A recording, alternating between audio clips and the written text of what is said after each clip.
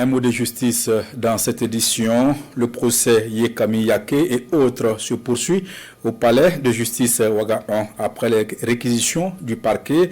Aujourd'hui, c'est au tour des avocats de la défense de faire leur plaidoirie.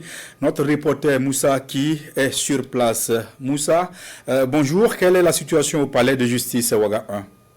Modeste Ouedraogo, bonjour aux téléspectateurs de la RTB. Nous sommes au 10e jour du procès Yeyake Camille et autres. Et ce matin, après les réquisitions du parquet, l'audience se poursuit avec les plaidoiries des avocats de la défense. Entre éloquence et démonstration de la non-constitution des faits reprochés à leurs clients, les avocats de la défense tentent de convaincre le tribunal. Ici, le premier à prendre la parole, Maître Paulin Salambéré, avocat de Laure Zongo-Nyien, il explique au tribunal que son client ne peut être poursuivi pour détournement de deniers publics.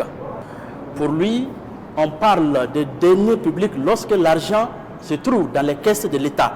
Or, dans ce cas précis, Dame Bemba, qui détenait le contrat de carburant de 115 millions de francs CFA, ne détient pas de deniers publics.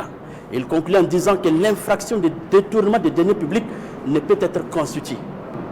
À la suite des avocats de la défense de Laure Zongo-Nyien, entrent en action les avocats de Pasco Bila, l'ancien directeur des affaires financières du département en charge de la solidarité.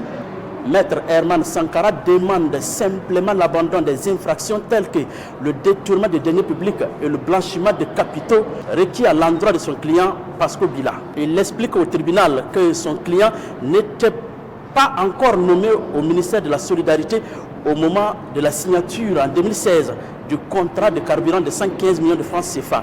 Pour lui, Pasco Bila a pris service comme DAF en mars 2017. Maître Herman Sankara qualifie cela comme un vide juridique.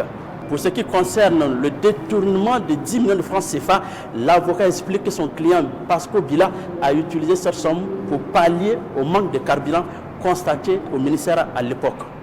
Il qualifie cela comme un acte administratif. Maître Herman Sankara est rejoint par Maître Pierre Wangré qui insiste sur la non-constitution des faits reprochés à leurs clients. Les plaidoiries des avocats de la défense se poursuivent toujours ici au tribunal de grande instance Ouaga 1, Modeste Ouedraogo.